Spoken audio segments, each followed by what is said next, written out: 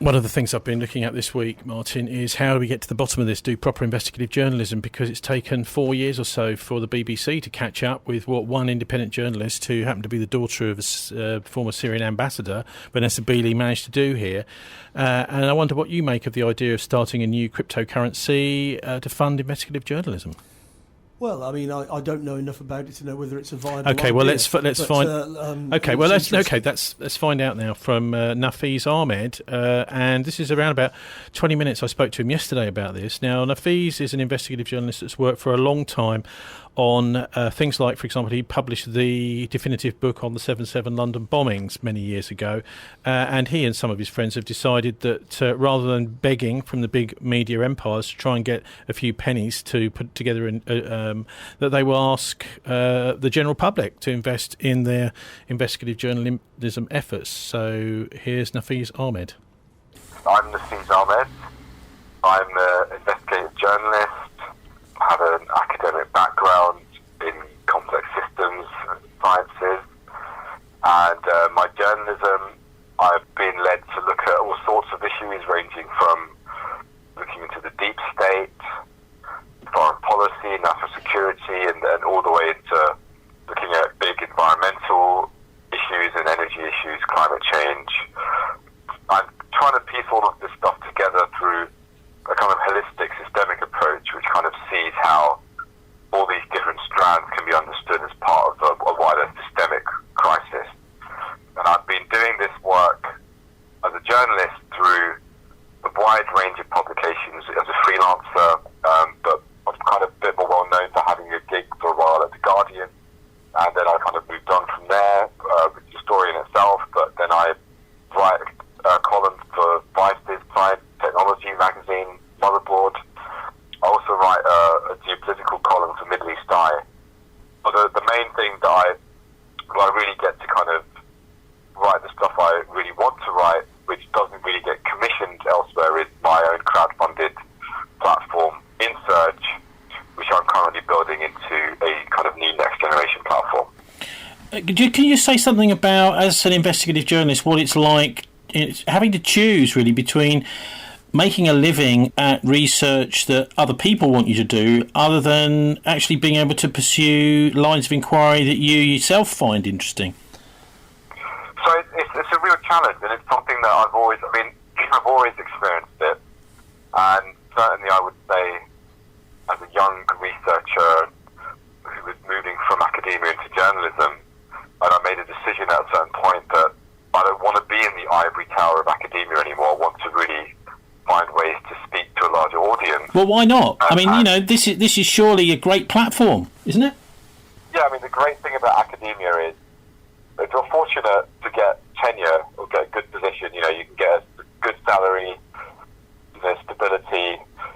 But the challenge of that is that when you're writing academic work, you're only really reaching like a tiny number of people. I mean, the average academic paper, they're read by like a tiny number of people. I think one stat was like the average academic paper is read by like 5 people, not less.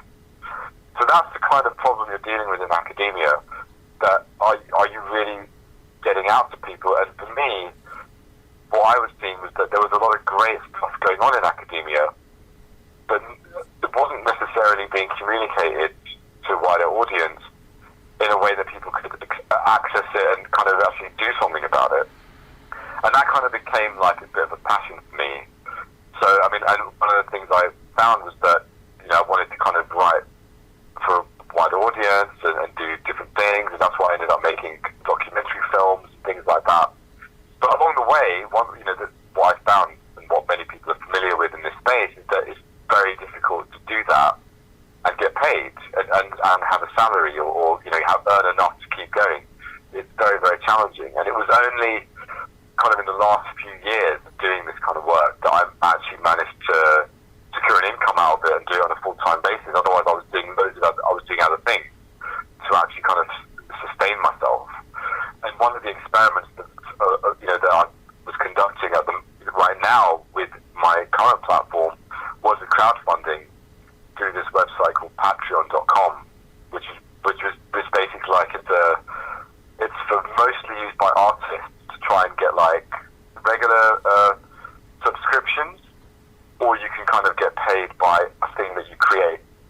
So I used that. I was one of the first journalists to actually use that platform, and I used that to kind of just do a call out to my followers and on various social networks and say, hey, look, this is how I'm going to fund my investigative journalism, which isn't getting commissioned anywhere else. That gave me the kind of the bandwidth really to do a lot of stories, even stories that I was publishing in more mainstream publications, like Vice, for example. When I was able to put in like a lot more investigative time and research into the stories because I had that bit of a cushion from the crowdfunding. Otherwise, as a freelancer, it's very, very difficult to do that kind of investigative work. You talked there a bit about the next generation. What do you think that's going to be? So what I'm doing right now is trying to build Insurge into like basically a global media platform for anyone who's fed up with the mainstream media and wants a serious alternative which they can actually participate in. So I've been working on that for the last year with an excellent team based all over the place. We've got people in the States, people in New Zealand, people in India even. And we basically came up with a simple idea, which was kind of just, I guess, an extension of what I was doing with Insurge, which was like, kind of just basically a reader-funded investigative journalism platform. And our idea was, well, what about using the best technology that we can, like the innovations in the blockchain and cryptocurrency and things like that, to kind of make this a really powerful multimedia platform. So we combine that with looking at all sorts of different revenue possibilities, scoping out different experiments that we'd seen other people do in the media space, which seemed quite interesting. And we thought, well, why don't we make this thing completely reader-funded and actually give readers who are subscribing shares in the company, so they can participate and allow those shares. So those shares will actually give them ownership of the company, and also kind of give them a stake, an earning stake in the company as well, so they can actually participate in the profits that are made by the company. So like a true kind of global media cooperative. So we came up with that idea, and we thought, well, the blockchain would be a really, the blockchain can be used in all sorts of ways, in some ways not necessarily for the best things, but we thought we could use the blockchain to do some really interesting things and create a different kind of currency to what's out there at the moment. Well, I was going to say, look, people that say that these cryptocurrencies are used for money laundering, for example. Well, yeah, Bitcoin is, I know people who use Bitcoin primarily because Bitcoin is outside of the existing kind of financial and banking infrastructure, right? So I know people who use Bitcoin to buy their weed because that you're able to do it anonymously and all that stuff. So there's all that going on. But the interesting thing, and the other problem with currencies like Bitcoin is that they kind of extend the speculative and very dangerous dynamics that we've seen in the global financial system, that we're seeing with the fiat world. And something like Bitcoin is again, there's a big question as to where is the value actually in this currency. Well, hang on, because can you just explain what you mean by the fiat world? By fiat world, sorry, I just mean the world of normal everyday currencies that we take for granted, like pounds and dollars and the stuff that national governments generally use to make stuff happen. Yeah, but I've heard that word fiat a few times. What does it actually mean? Well, it literally means, as far as I'm aware, the idea that you create money out of whatever, you kind of just create the money. It's created by, it can be prepared, and it depends on the context, but either it has to be created by some kind of central authority, which is the regulating kind of body behind that money, and then obviously then the money is distributed and has to be recognised as such in the wider society. But it's interesting that obviously the word, you've heard of, people talk about something being created by fiat, the idea of being created by nothing. So there's all sorts of issues about fiat currencies, of course, which is related to the debt system and the way money is created. And of course, some people see cryptocurrencies cryptocurrencies as, like for example, people like Max Kaiser would see cryptocurrencies as an alternative to that. But the problem is that they don't necessarily really offer, not most of the cryptocurrencies at the moment don't necessarily offer like a viable alternative, which is different to the financial system as we have it today. I mean, so for example, Bitcoin is mined using these, what they call proof of work algorithms. So literally you have this computer which creates the coin by working through these complex algorithms to produce the coin. It's massively a kind of uses a lot of energy in terms of its consumption, and the other problem, of course, is it creates this kind of monopoly situation where the people who own the most kind of mining power actually dominate the currency, which is what's happened now with Bitcoin. Okay, so how are you going to do something which, or you're planning to do something, which is, how are you going to get around all this? So what we're doing is our currency. I mean, the great thing about the blockchain, the advantage of it, is that it's just a programming code. So you don't have to do what Bitcoin is doing or what other of these currencies do. You can use it to create a different type of currency. So there are cryptocurrencies out there which aren't like Bitcoin, and which are done in completely different ways. And so our cryptocurrency is going to be pegged to real-world revenue streams. So we came up with the idea that rather than having a currency where the value is kind of like, well, where's the value come from? It comes from what? Supply and demand, or hedged speculation, or the weird mining. We're like, no. Very simply, we want to have our currency backed by like a real asset, essentially. So what are the assets? The assets are the value of the technology and the revenue streams that technology brings in. So for us, we were like, what are the revenue streams of our publication? So we're focusing on cloud subscriptions as the backbone. We're looking at other potential things, such as kind of micro payments and things like that, and maybe licensing certain types of things that we do specifically on our platform to other publications, all sorts of things like that. But the main thing is subscription. So the idea is that our main value proposition is people are going to come on our platform, they'll subscribe. As we grow our readership, because our token, our cryptocurrency called Presscoin, is tied to the value of our actual revenue streams, then the value of the token goes up in accordance with that increasing value. Nothing else.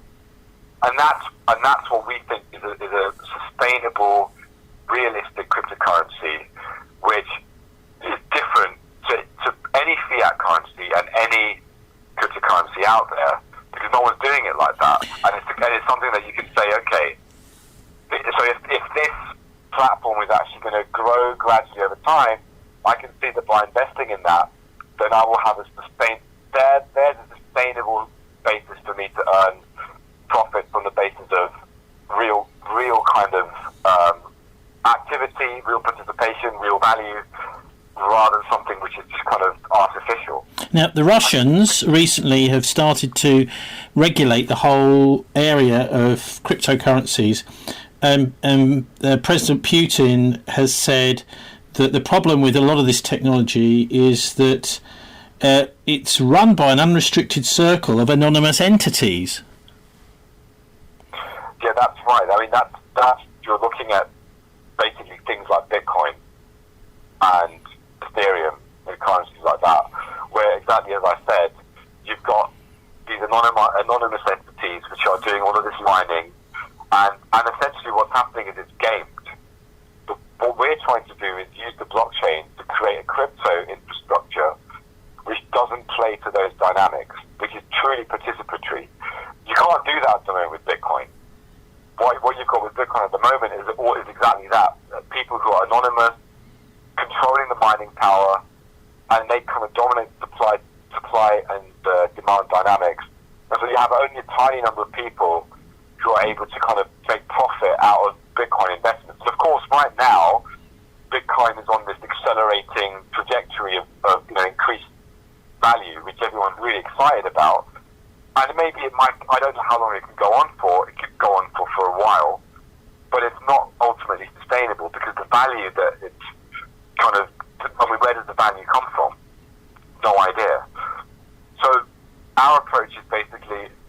what Putin is specifically referring to is that whole arena. Now, and that's the thing, but the thing is you can build different things on the blockchain is exactly what we're trying to do, is to do something which is not going to be something that can be monopolized by a few, which is why if someone invests in our token, they become an actual shareholder in our company, which is completely different to anything out there. But couldn't Rupert Murdoch invest in you and effectively take you over? Well, they can't, because what we've done is we thought about this quite long and hard, and we wanted to balance out this issue of needing to make this as democratic as possible, but also safeguard exactly that possibility. Imagine some billionaires came in, I can't see it happening, but imagine they came in and were like, yeah, we're going to buy this thing out, these people are too scary. So what we did is we created a structure, so 60% of the company is basically the founders, which me and my team have control over that, and the 40% of the company has basically been given away in the share ownership. So what that means is that it allows us to execute on the vision that we have for this platform. Because if we imagine imagine it was the other way around, people like give away 60%, then exactly that, you could have a conceivable possibility of a conglomerate of people coming in, which has happened before. We've seen this happen with media in the UK. I think that there was an issue with the Telegraph and certain people trying to buy out shares in the Telegraph. And that was what we're worried about. So we can't. So no one can do that. No one can come in and say buy the whole thing, say majority of the company, and then control what we do. So that was the balance. It was like, if we're going to do this, let's start off on a footing where the founders have 60%, so we can execute our vision. And of course, to some extent, there's going to be. We're asking people to take that to look at our track record, look at my track record as a journalist, and what I'm trying to do, and say, okay, yeah. Okay. These guys and execute that vision. Also, your and vision. There, we'll kind of explore how to take it forward. Your vision. What sort of things are you investigating? Will you investigate? If someone is thinking of investing now, what kind of things will they be funding? So if they have a look at my platform on Medium, Insurge Intelligence, just Google that, they'll get a really good idea of the kind of stories that we've been breaking over the last few years. We've been investigating Anglo-American covert operations. We've been looking at dubious incestuous ties, for example, between rebels that have been financed by our allies, the Gulf states, and also by us covertly, and their links with Islamist terrorist groups. And we actually did a lot of exclusive original reporting on that stuff that went viral and was picked up by some of the mainstream press. We've broken stories like how Google has been seed funded by the CIA and NSA. These are like world-shaking stories that no one is talking about. We actually did get a little bit of coverage for that story, but in really niche publications. So, for example, GigaOM, the tech news site, mentioned our story.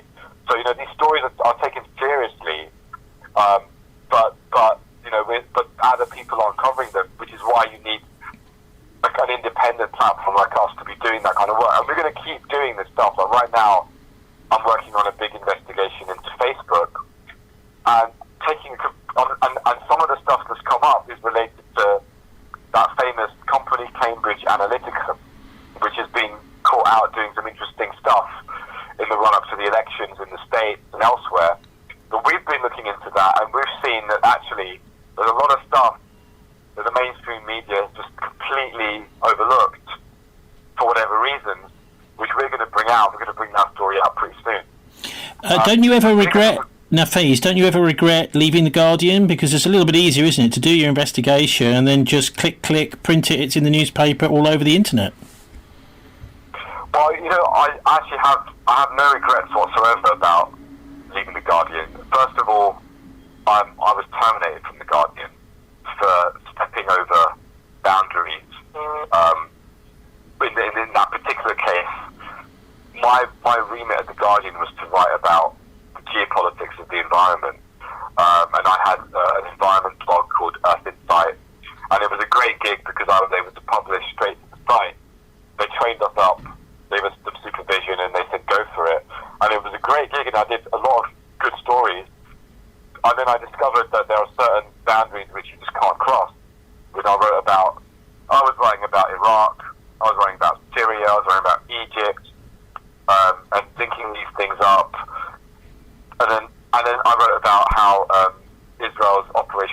nosebleed in Gaza was potentially motivated by the desire to control Gaza's offshore gas resources.